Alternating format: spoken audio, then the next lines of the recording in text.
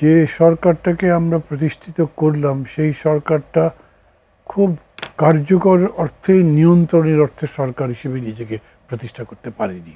এখন ঠিকই সরকারের কোনো দল নেই, এদের সরকার কোনো দলকে মদত দিচ্ছে না, কিন্তু তারপরে অভিযোগ আছে যে প্রশাসন কোনো কোনো দলকে কোনো কোনো সংগঠনকে মদত দিচ্ছে। আমাদের প্রচলিত কালচার হচ্ছে যে দল যখন ক্ষমতায় থাকে ডাকসু নির্বাচনে তার দল বা তার ছাত্র সংগঠনটা আসলে বিশেষ সুবিধা পেয়ে থাকে, কিন্তু এবারের প্রেক্ষাপট তো আলাদা, কোনো দলই সেভাবে আসলে ক্ষমতায় নেই।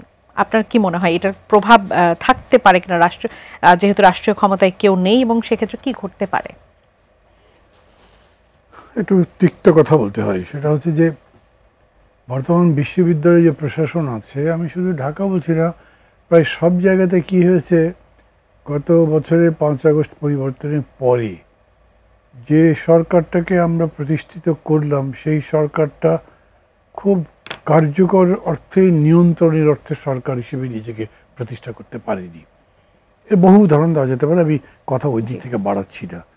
ফলটা হয়েছে এই যে ঢাকা বিশ্ববিদ্যালয়ের যারা কর্তৃপক্ষ, তাদের যদি নির্ধারিত কোনো চিন্তা থাকে, সেই ভিত্তিতে তারা যদি বিশ্ববিদ্যালয়কে পরিচালিত করেন, তাহলে সরকার পক্ষ এটাকে যে কোনোভাবে পরিচালিত করতে পারবে সেরকম না। ইউনিভার্সিটি অর্ডিন্যান্স অনুযায়ী ইউনিভার্সিটি চলা উচিত, কিন্তু বিষয়টা এরকম হয় না।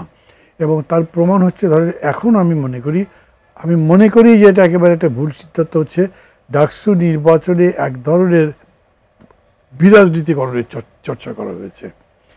এখন ঠিকই সরকারের কোনো দল নেই, এদের সরকার কোনো দলকে মদত দিচ্ছে না, কিন্তু তারপরে অভিযোগ আছে যে প্রশাসন কোনো কোনো দলকে কোনো কোনো সংগঠনকে মদত দিচ্ছে, এবং এটা অনেকে বিশ্বাসও করে আমি দেখেছি।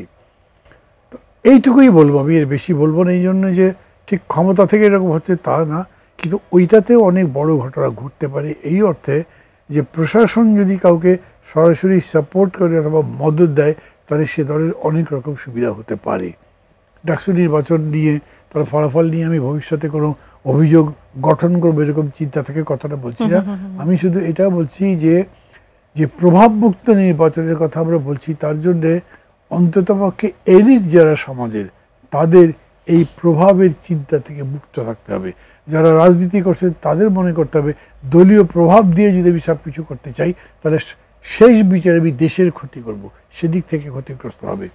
এবং বিশেষ করে সাধারণ শিক্ষার্থী যাদের অধিকারের জন্য এই ডাকসু নির্বাচন, তারা সব থেকে বেশি বঞ্চিত হবে। না, সামগ্রিক বিষয়টাই বলছি। তাহলে এটা হয় কি, পরবর্তীতে দেখা যাবে যে ইউনিভার্সিটি অ্যাডমিনিস্ট্রেশনের মধ্যেও সমস্যা হবে।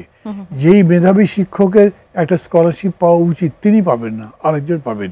যেই ভালো ছাত্রটি পাশ করে ইউনিভার্সিটি চাকরি পাওয়া উচিত তিনি চাকরি পাবেন না, কারণ তিনি এমন একটা আদর্শে বিশ্বাস করেন যে কর্তৃপক্ষ তাকে মনোনয়ন দেবে বা নিযুক্তি দেবে, তারা তাকে সেই জায়গায় দেবে না। এরকম তো বহু কিছুই হতে পারে, যেরকম দলবাজির ফলাফল যেরকম হয়, এখানেও এরকম জিনিস ঘটতে পারে। আমি আবার বলছি, মাত্র 13 মাসে এই ব্যাপারে একটা চূড়ান্ত মূল্যায়ন করা সম্ভব নয়। আমি আশা করি এগুলো বদলে যাবে। আর ডাকসু নির্বাচনটা যদি ভালো মতো হতে পারে, আমি এটাকে একটা বেশ বড় ধরনের আলোর বাতি মনে করি। আলোর বাতি মানে কি, একটা বেকন লাইটের মতো, সিগন্যাল লাইটের মতো। This will signal the usher of democracy in the education institution in the whole country, এক কথা আমি বলি।